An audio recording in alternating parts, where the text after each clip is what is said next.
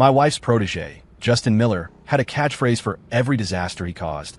I'm just disrupting the system. During his first month, he handed out blood pressure medication instead of vitamins to 3 different wards, forcing the nursing staff to scramble for damage control.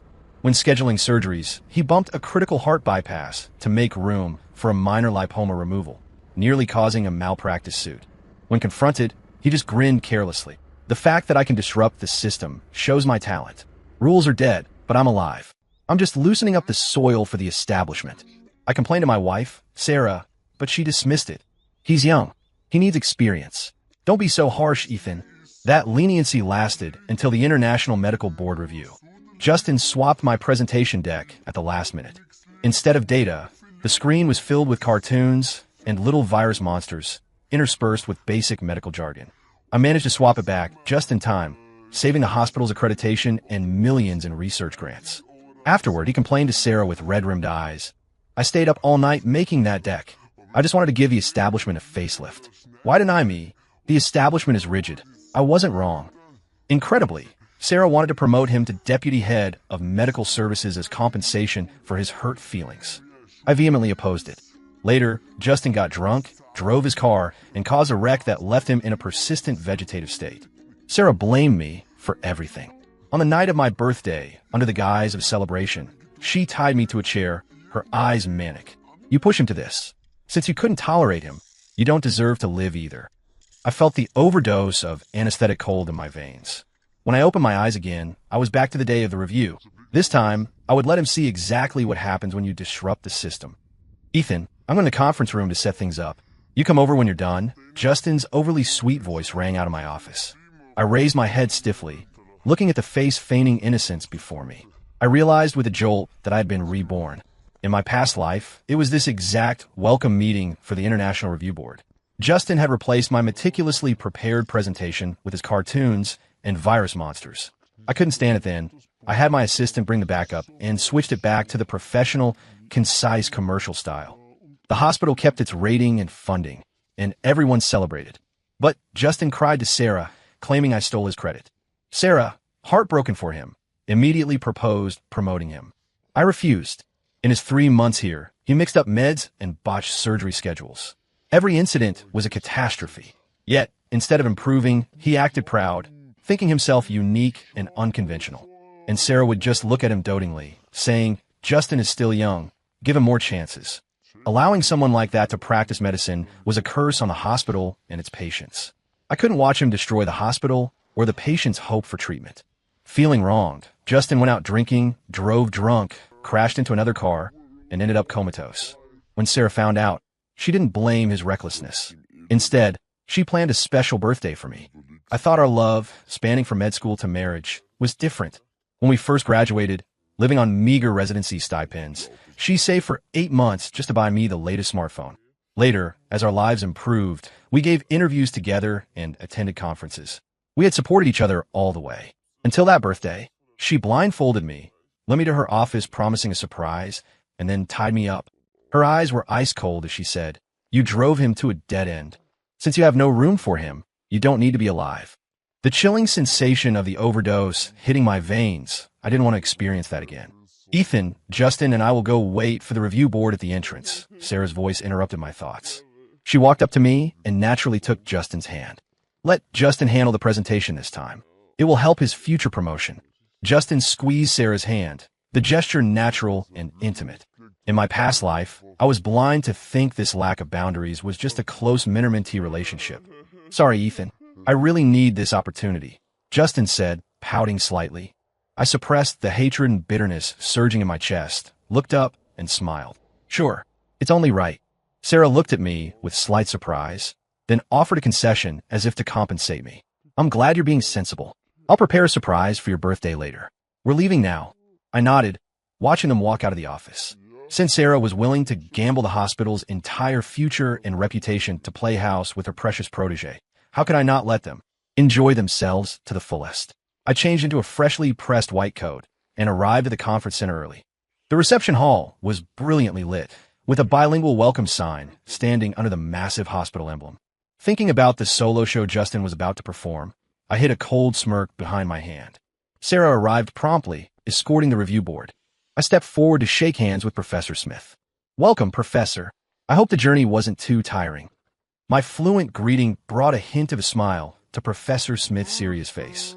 Just as we were exchanging pleasantries, a commotion erupted from the end of the corridor. Justin rushed in, holding his phone high, the camera lens pointed directly at the review board, nearly colliding with a senior evaluator. "Hey fam, look at this.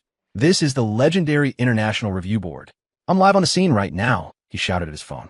His white coat was wrinkled, a light-up anime pin was fastened to his chest, and 3 toy magic wands protruded from his pocket, clinking as he ran.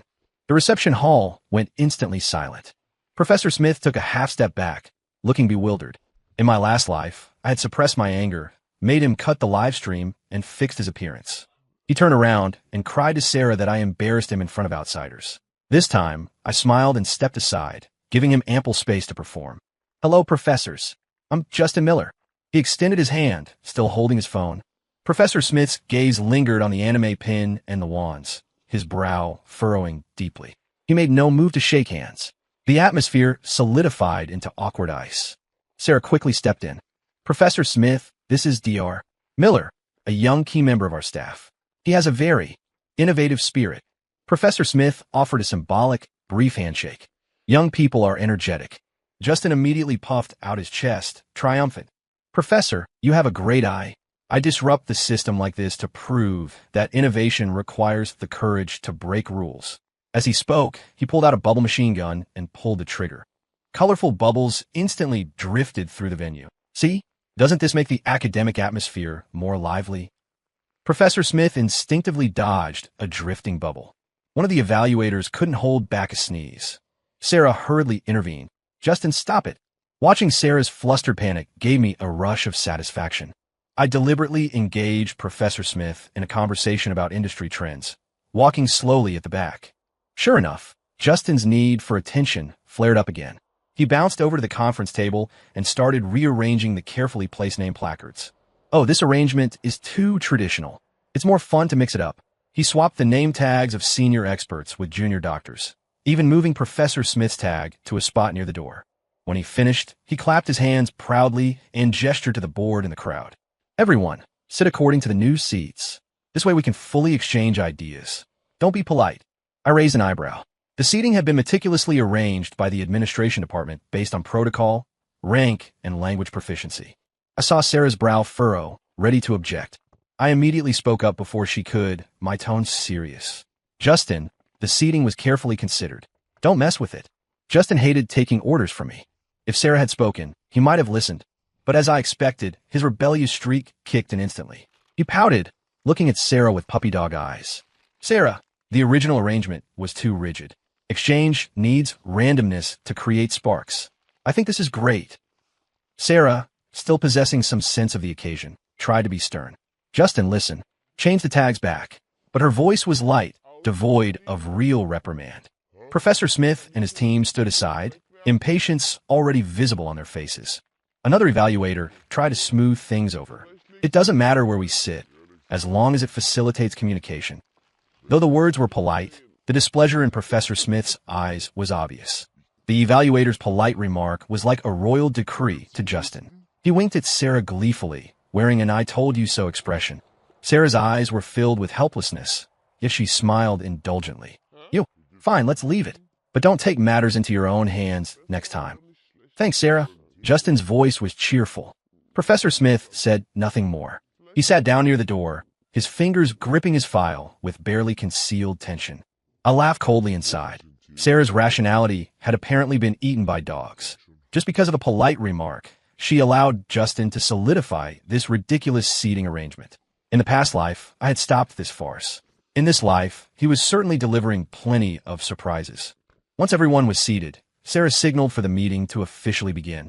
I lifted the teacup in front of me, blowing gently on the steam to hide the sneer at the corner of my mouth. The show was finally starting. According to the hospital's plan, I was supposed to present a rare congenital heart disease case and a multidisciplinary treatment plan. But Sarah had forced me to yield the floor to him. He shot me a contemptuous look and strode quickly to the podium. For this case, I prepared a version that's super easy to understand. Sarah looked at him expectantly, nodding encouragingly. Justin confidently connected the laptop. The projector lit up, and a screen full of garish, colorful cartoons popped out. The heart was drawn as a red balloon with a smiley face. Blood vessels were colorful slides, and platelets were cartoon soldiers holding little shields. "Everyone, please look," Justin said excitedly, using a tone reserved for kindergartners. "This is our little friend, Mr. Hart. He's been a bit unhappy lately because some bad guys broke in." He clicked to the next slide. It featured virus monsters drawn in crayon style, accompanied by a nursery rhyme. Professor Smith paused, his pen hovering over his notebook. Sarah's smile froze. She quickly tried to cover for him. Dr. Miller uses a very vivid way to help us understand complex cases. Then came the second page, the third. The medication regimen was depicted as energy potions. The surgical process became a warrior's quest, and post-op care was labeled love missions. Slide after slide of childish, laughable images flashed by. Professor Smith's face darkened visibly. He took off his glasses, rubbed the bridge of his nose, and didn't look at the screen again. Sweat beaded on Sarah's forehead. She finally realized something was wrong. She whispered a reminder, "Justin, just cover the key points." "Almost done." Justin clicked another page with high spirits. "This is the best part." On the slide, a cartoon doctor held a giant syringe with the caption, "Shots don't hurt at all." "Justin." Sarah couldn't help but snap, using his full name in a low shout. Startled by her tone, Justin pouted, aggrieved. "Sarah, I stayed up for nights making this. Isn't it fun to present like this?" Professor Smith looked livid. His assistant, unable to endure it any longer, slammed her notebook shut. Vice President Jenkins. The assistant looked coldly at Sarah. "Is this your hospital's professional standard? Using these tricks for children to present a case?" She glanced at the screen where the cartoon slides were still playing and let out a scoff. "Is there any academic value in this content? Does your hospital consider the review board members to be preschoolers?" Professor Smith's assistant was a middle-aged woman with gold-rimmed glasses and a rigorous demeanor. She had been with him for nearly a decade and was his most effective spokesperson. The anger Professor Smith couldn't express politely, she delivered. Knowing this, Sarah felt a chill run through her as she watched Professor Smith sit expressionless, letting his assistant attack. She stood up abruptly, bowing deeply to Professor Smith. "Professor, I am terribly sorry. This is completely unexpected. Dr. Miller is young and lacks experience. He just wanted to use a more innovative way to present the case. Our hospital's academic level and professional attitude are absolutely sincere. I will have him re-present using the standard protocol immediately." The assistant pushed her glasses up her nose, laughing coldly, her tone sharp. "Lacks experience? Vice President Jenkins, does your hospital's professional attitude involve letting a rookie run wild? Or is your hospital's medical level and attitude just as childish as these cartoons?" Hearing the attack directed at him, Justin immediately straightened his back, unconvinced. "So what if I lack experience? I know I'm disrupting the system, but I worked really hard, okay." The conference room fell into a dead silence. I covered a cough to hide the laugh that nearly escaped. Disrupting the system? He actually used that childish excuse in this setting. What did he think an international medical review was? A playground where he could disrupt and run wild? Professor Smith's mouth twitched, his face completely dark. The assistant looked like she had seen a ghost. It took her a long time to speak again. She laughed in anger. "Disrupting the system? Vice President Jenkins, is your hospital serious? You let an arrogantly blind brat present at an event like this? Are you looking down on this review, or are you looking down on the entire committee?" The accusation of looking down on the committee was heavy. The results directly impacted the hospital's future international rating, research funding, and academic status. Countless hospitals fought tooth and nail for their approval. "We only secured Professor Smith because my retired mentor, a titan in the medical field, had personally pulled strings." Sarah was truly panicked now. She turned and hissed at Justin. "Justin, shut your mouth." Then she turned to Professor Smith, her posture humble to the extreme. "Professor, 1,000 apologies. It is my poor management and lack of supervision. Please calm down. We will fix this immediately." Desperate, she signaled Justin frantically. "Justin, quick, take out the printed case summary and core data. The one I helped you check." Justin froze, panic flashing across his face. What summary?" "The printed draft. The file I told you yesterday to study and keep as a backup." Sarah squeezed the words through clenched teeth, her patience exhausted. "Get out." Justin's eyes darted around. He fumbled in his backpack, mumbling, that. You said I might not need it. It was just a backup. Now is the time you must use it. Sarah's voice carried an undeniable urgency. Finally, Justin pulled a somewhat formal-looking brown craft paper envelope from a pile of random items. Sarah immediately forced an apologetic, ingratiating smile. Professor Smith, these are the detailed materials for the case we prepared, containing complete diagnostic data and logical deductions. Please have a look. Hearing there were detailed written materials, Professor Smith's tight expression relaxed slightly. Rigorous text was far more reliable than cartoon slides. If the content was solid, perhaps some impression points could be salvaged. Justin walked over with the envelope, his steps unsteady. The folder was transparent. It looked professional enough. Sarah continued her damage control. We prepared these materials for a long time. The data is detailed, the thinking is clear. Everyone's eyes focused on that life-saving document. Even the evaluators showed looks of renewed scrutiny. I watched the folder with leisure, the corner of my mouth lifting slightly. I knew exactly what was inside. I gave the sweating Justin a meaningful look. What must come will come. Under the expectant gazes of the crowd, Justin's trembling hand pulled the material from the envelope. In the next second, it felt as if the breathing of everyone in the conference room stopped. That material Justin pulled out was no case summary. It was a massive, glossy, brightly colored poster of a girl group. On the poster, young girls in sparkly outfits and heavy makeup were winking and making heart signs at the camera. In the corner, written in wobbly fluorescent marker, were big letters. Justin's fave. Fighting. The conference room plunged into a deathly silence. You could hear a pin drop. The only sound was the faint hum of the projector fan and Justin's suddenly heavy breathing. Professor Smith's gaze was nailed to the poster. His facial muscles were rigid, frozen. Beside him, the assistant's eyes widened behind her gold-rimmed glasses, filled with disbelief. She opened her mouth to speak, but no words came out. The blood drained from Sarah's face in an instant. She stared at the poster, her expression shifting from confusion to bewilderment, and finally to utter horror and panic. What is this? Her voice was dry, almost broken. Justin was so scared his hand shook, and the poster drifted to the floor, face up. The smiles of the girl group members seemed blindingly bright in that moment. Justin's lips trembled, incoherent. I was printing materials yesterday, and I printed this too. Maybe I packed the wrong one by mistake. Packed the wrong one? Professor Smith's assistant finally found her voice, sharp enough to cut the air.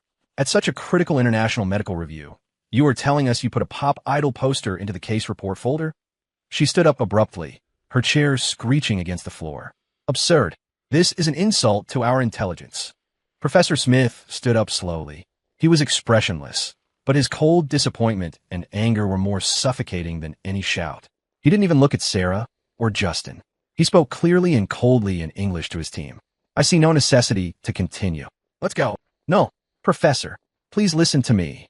Sarah almost lunged forward, blocking Professor Smith's path in a panic, her words tumbling out. It was an accident. I assure you, our hospital's true standard is not like this. She snapped her head around, her eyes glaring at Justin like knives, her voice twisted by extreme anger and fear. Justin Miller, look what you've done. What is in your brain? What did I tell you yesterday? Did my words go in one ear and out the other? Justin flinched, his eyes instantly turning red. He defended himself aggrievedly. Sarah, I didn't mean to. I just wanted to motivate myself. Motivate? With a girl group poster? Sarah was shaking with rage, pointing a trembling finger at him. You destroyed everything. Do you know that? Enough. Professor Smith interrupted the farce coldly. He bypassed Sarah and walked straight to the door. The board members stood up, undisguised disdain and anger on their faces. Vice President Jenkins, the assistant, paused before leaving, looking back at Sarah with heavy sarcasm. We have certainly experienced your hospital's innovative spirit and youthful energy today. Forgive us for not staying. The group left the room without looking back, leaving behind a dead silence and a complete mess. The door slammed shut, as if closing the gate to the hospital's top-tier international rating. Sarah seemed to lose all strength, stumbling back and grabbing the podium to stay upright. Her face was pale, her eyes hollow, cold sweat on her forehead. Justin stood there, head down, shoulders shaking as he began to emit small, pitiful sobs. Sarah, I'm sorry. I really didn't know this would happen. Sarah jerked her head up. Her look at Justin was complex to the extreme, anger, disappointment, but deep down, there was still a trace of undetectable heartache. I stood in the corner, watching it all indifferently. The frozen lake in my heart didn't ripple. The cold sensation of the anesthetic from my past life reminded me clearly. This woman's heart was biased beyond redemption. What's the use of saying sorry now? Sarah's voice was full of exhaustion and despair. It's over. It's all over. She mumbled, her eyes sweeping over the empty seats, the glaring poster on the floor, and finally landing on me. Her eyes suddenly lit up with a faint glimmer, as if grabbing a life raft. She rushed over, grabbing my arm, her nails digging into my flesh. Ethan, think of something. Her tone was urgent, pleading in a way she never had been before. You talked to Professor Smith earlier. He had a good impression of you. Go chase them. Explain. Say Justin is a temp. He's already fired. Say you are responsible for everything. Looking at her anxious, begging face, I felt only irony. In the past life, she killed me for this man. In this life, she begged me to clean up his mess. Sarah, I slowly pull my arm back, my voice calm. Do you think after that series of performances, Professor Smith will believe a single word we say? They will think it's just another scapegoat we pushed out to save face. Sarah's eyes dimmed instantly, but she didn't give up. Then what do we do? Just watch the review fail? Watch the rating and funding vanish? This is our life's work. My life's work. I repeated softly, a barely perceptible curve on my lips. Perhaps. I paused, letting her stew in despair before speaking slowly. However, I did prepare something. Sarah's eyes lit up again. What did you prepare? Before coming here, I had my assistant compile the complete case data analysis, and all relevant papers our department has published in international journals in recent years into a hardcover booklet. I looked at her, my tone indifferent. It's in the safe in my office. Originally, I planned to give it to the review board as reference material after the presentation. In fact, this was the backup plan I started preparing the moment I was reborn. I knew Justin would ruin it, and I knew Sarah couldn't cover for him. Sarah's face exploded with wild joy. Really? Quick, go get it. We'll chase the professors now. There's still a chance. I didn't delay. I turned and walked quickly to my office. Sarah followed close behind, and Justin, wiping his tears, hesitated before tagging along. When I took out the beautifully bound, content-rich booklets, Sarah snatched one and flipped through it rapidly. Inside were rigorous data charts, clear medical imaging, and logically tight treatment analysis, all in English, professional, and grand. It was worlds apart from Justin's cartoons and posters. This is great. This is great. Sarah's voice trembled with excitement. She looked at me, her eyes filled with the relief of a survivor and a complicated gratitude. Ethan, you're the only reliable one. Quick, let's go to the hotel. They must be packing. We drove to the hotel where the review board was staying. On the way, Sarah clutched the booklets tightly, constantly urging the driver to go faster. Justin sat in the back, head down, occasionally stealing glances at Sarah and me, pouting, looking entirely unhappy. He seemed to feel my unnecessary action, only highlighted his incompetence. Arriving at the hotel, we ran into Ms. Vance, Professor Smith's assistant, in the lobby just as she was heading out. Vice President Jenkins? Dr. Carter. Ms. Vance looked surprised, her brow furrowing immediately, her tone distant. Is there something else? Sarah immediately forced the most polite, sincere smile and approached, offering the booklets with both hands. I am so sorry to disturb you. Regarding what happened at the meeting today, on behalf of the hospital, I extend my deepest apologies to you and Professor Smith again. It was an unforgivable accident. She took a deep breath. This is the complete academic material prepared by Dr. Ethan Carter for that rare case, containing our core research data and results. We know today's error cannot be easily erased, but we implore you and the professor to take a moment to look at this. This is our hospital's true academic standard. Ms. Vance's gaze fell on the well-crafted booklet, her eyes flickering slightly. She hesitated for a moment, then took it and flipped through a few pages. Her eyes lingered on the rigorous data and charts significantly longer than she had on the cartoons. Dr. Carter's material. She looked up at me, her tone softening by a fraction. I stepped forward, nodding with dignity, but neither arrogance nor humility. Yes, I have followed this case for 3 years. All the relevant data is here. Additionally, regarding the multidisciplinary collaborative process that was interrupted in the meeting, there is a detailed explanation inside, which might answer some of the questions the professor raised earlier. Ms. Vance closed the booklet and mused. I will pass it to Professor Smith. Her tone was still businesslike, but no longer bone-chillingly cold. But please do not get your hopes up. The impression today was truly terrible. We understand. Thank you so much. Sarah bowed repeatedly, hope reigniting on her face. Back in the car, Sarah let out a long sigh, as if unloading 1,000 pounds. She looked at me, her eyes much softer. Ethan, thanks to you today. I didn't speak, just gazing at the passing nightscape outside the window. In my heart, it was cold. The car stopped downstairs at my apartment. Sarah seemed still immersed in the relief of escaping disaster. She smiled at me. Ethan, you go up first. I'll take Justin home. His emotions are a bit unstable today. Through the window, I saw Justin standing by the curb, kicking stones with his head down, looking exactly like a child who had been terribly wronged. Okay, I answered crisply, opening the door. I didn't look back, walking straight to the entrance. At the elevator, I looked back on impulse. The car was still there. Through the lowered window, I saw Sarah leaning sideways, patting Justin's shoulder gently, comforting him. Justin leaned into her, his head almost resting on her shoulder. The intimacy was blinding, expressionless. I withdrew my gaze and stepped into the elevator. The cold metal doors reflected my emotionless face. Home was still home. Tidy, spacious, but cold without a trace of life. It was less a home and more a hotel where Sarah and I slept occasionally after work. The warmth of school uniform to wedding dress had long been worn away by her repeated favoritism and, in a previous life, that cold syringe. I sat on the sofa in the dark, waiting quietly. About an hour later, the sound of a key turning came from the door. Sarah was back. She turned on the light and jumped when she saw me on the sofa. Ethan, why aren't you asleep? She asked while changing shoes, her tone carrying a hint of fatigue. Waiting for you, I said calmly. She sat next to me. She seemed to carry a faint scent of Justin's cologne. Today really scared me to death. She rubbed her forehead, leaning back. Thank God you had a backup. Professor Smith might still have room for reconsideration, right? I didn't answer her question. Instead, I asked, is Justin stable now? Sarah paused, her tone helpless. Yeah, I dropped him off. He just has a child's heart, thinks too simply. He knows he was wrong this time. He cried pretty hard. A child's heart. I interrupted her, my voice not loud, but carrying a chill that made her flinch. Sarah, he is an adult holding a medical license. His behavior today, to put it lightly, was negligence. Heavily speaking, it was a desecration of the seriousness of the medical profession. He treated the hospital's future as a joke. Sarah's expression changed, seemingly annoyed that I was still holding on to it. Isn't it over? Didn't you fix it?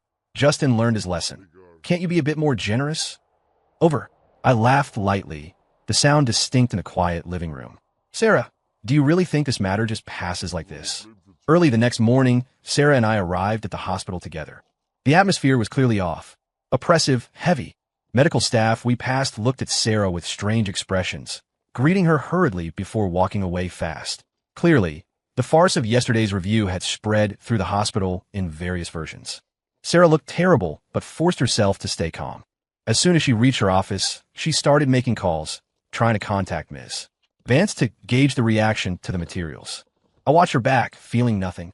At 10 a.m., the hospital convened an emergency executive meeting.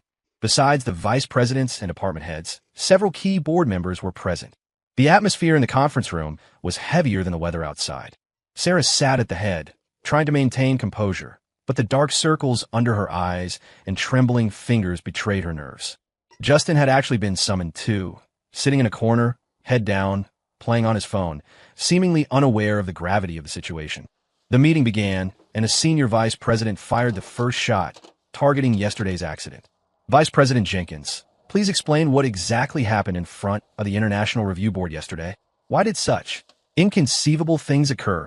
Sarah took a deep breath, trying to minimize liability.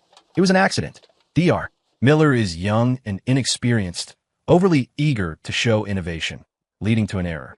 We have already conducted damage control, and Dr. Carter has also. Damage control? A board member interrupted her coldly, slamming a report onto the table. According to our information, Professor Smith's team officially notified us this morning that they are terminating this review, and they have placed our hospital on a probationary watch list. What? Sarah stood up abruptly, her face turning paper white. Impossible. She looked at me pleadingly. Everyone's eyes focused on me. I stood up slowly, speaking calmly. Yes, the review is confirmed terminated.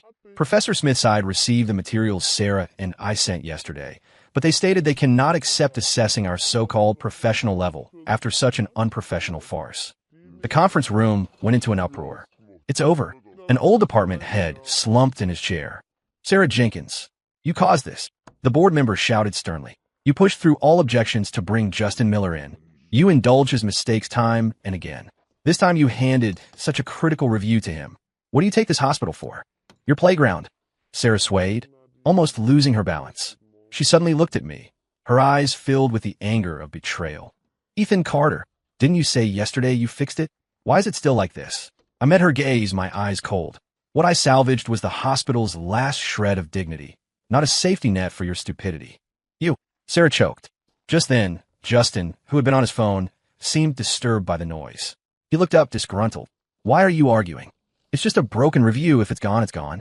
Is it worth making such a big deal? His voice wasn't loud, but in the dead silence of the room, it was terrifyingly clear. Everyone's gaze shot toward him like arrows. The board member laughed in anger. Good. If it's gone, it's gone. Vice President Jenkins, this is the young, key personnel you spoke of? Childheart. Sarah panicked completely. Seeing the angry glares in Justin's indifferent face, she suddenly sought a scapegoat, pointing at me and screaming, It's him. It's Ethan. He had the ability to stop all this. He prepared the materials long ago, but deliberately didn't say anything. He waited for Justin to fail. He waited for the hospital to suffer. His heart is punishable. Even now, she wanted to push the main responsibility onto me. Watching her hysterical performance, I felt only pity. This was the moment I was waiting for. Facing Sarah's accusation, I showed no panic. I even smiled slightly. Sarah, even now, you're protecting him? I took a file from my briefcase and placed it heavily on the conference table. Since Vice President Jenkins mentioned my heart is punishable, I happen to have some things here for the directors to review. Sarah stared at the file, having a bad premonition. Justin finally put down his phone, looking at me uneasily. What is this? A board member picked up the file. This is a detailed record of every error handled by Dr. Justin Miller in the 3 months since he joined, along with copies of relevant evidence. My tone was steady, as if giving a routine case report, including but not limited to pharmacy records of dispensing antihypertensives as vitamins, causing abnormal blood pressure fluctuations in 3 patients, system logs of unauthorized surgery rescheduling, nearly causing a bypass patient to miss their window, and his transcripts failing our hospital's basic medical regulation exams. I listed them one by one. With every item, Sarah's face paled further, Justin's head drooped lower, and the board members' faces darkened. These are mostly minor errors. I already handled them. Sarah tried to argue. Handled them. I looked at her sharply. So your handling was suppressing the reports, giving verbal warnings, and then keeping him in a critical position? Vice President Jenkins, is this administrative negligence or nepotism and cover-ups? I emphasized the last few words heavily. They struck like a gavel. Sarah stumbled back, hitting her chair with a screech. She looked at me with shock, anger, and fear. She finally understood I wasn't defending myself. I was counterattacking. Additionally, I turned to the board, dropping the final bombshell. According to my information, Dr. Miller's employment was secured through Vice President Jenkins' special recommendation power, and his entry exam scores underwent a certain degree of polishing. Ethan Carter, you're spitting blood. Sarah screamed, losing control. Whether I'm spitting blood or not, checking the original exam records and interview score sheets will make it clear. I remain calm. I believe the board has the authority to access those files. The conference room exploded. The evidence was solid, the logic clear. Sarah's negligence and corruption, Justin's incompetence and dereliction of duty were laid bare for all to see. Those who had some sympathy for Sarah now looked at her with utter coldness. This was a matter of principle, shaking the hospital's foundation. Sarah Jenkins, the chairman of the board, an elderly man who rarely appeared, spoke slowly, his voice carrying undeniable authority. You have disappointed us greatly. He looked around the room and delivered the verdict. Effective immediately, Sarah Jenkins is stripped of all administrative duties and will undergo internal investigation. Justin Miller is fired immediately, never to be rehired. Daily management of the hospital will be temporarily overseen by Dr. Ethan Carter. The dust settled. Sarah collapsed to the floor as if her spine had been removed, her eyes unfocused. Justin looked bewildered, seemingly unable to process that he had been fired. I walked up to Sarah, looking down at her. The love of the past had turned to ash in the scheming of my rebirth and the reckoning of this moment. I took a document I had prepared long ago from my pocket and placed it gently on the table in front of her. It was divorce papers. Sign it, Sarah. My voice held no hate, no love, only utter indifference. We should have ended this a long time ago. Sarah jerked her head up, looking at the papers, then at me. Tears finally surged, mixed with despair and regret. Ethan, no. I can't live without you. I know I was wrong. I really know I was wrong. Watching her weep, my mind flashed back to her cold, crazy eyes as she injected the overdose in my past life. I said nothing more. Turning around, amidst complex gazes, I walked out of the conference room. Behind me came Sarah's broken sobbing and Justin's panicked shouts of, Sarah, what's wrong with you? It had nothing to do with me anymore. 1 month later, Sarah signed the divorce papers. She lost her job and her marriage. After being blacklisted, Justin used Sarah's old connections to barely scrape into a small clinic in a remote area. Rumor had it he continued to act as he pleased, always talking about disrupting the system. Until last week, due to carelessness, he prescribed medication containing penicillin to a child with a severe allergy. The child went into anaphylactic shock and nearly died. The enraged family blocked him at the clinic entrance and beat him severely. Rumor has it he was badly injured, and because of this severe malpractice, he is facing the revocation of his medical license and possibly prison time. When the news came back, Sarah came to find me once. She was so haggard, she was almost unrecognizable. She grabbed my arm, begging bitterly, Ethan, I know I was wrong. Really, I was possessed. Let's remarry, okay? We can start over. I can't live without you. I looked at her quietly, seeing the genuine regret and pain in her eyes. But I knew that regret stemmed mostly from the loss of her status, reputation, and comfortable life. And the endless trouble brought by the protégé she now saw clearly as mud that couldn't stick to the wall. Perhaps there was a trace of regret regarding me. The ex-husband she once threw away like old shoes, who now stood high above her. Sarah, I gently peeled her hand away, my tone flat. We were over a long time ago. Take care of yourself. I turned and left, never looking back. Sunlight streamed through the hospital windows, bright and warm on the corridor. Holding the rounds log, I walked toward the wards. At the end of the hall, a female doctor with elegant temperament and a gentle smile was communicating patiently with a patient's family. Seeing me, she nodded politely, her smile clean and soft. I nodded back slightly. A new life, perhaps, was just beginning. Story complete.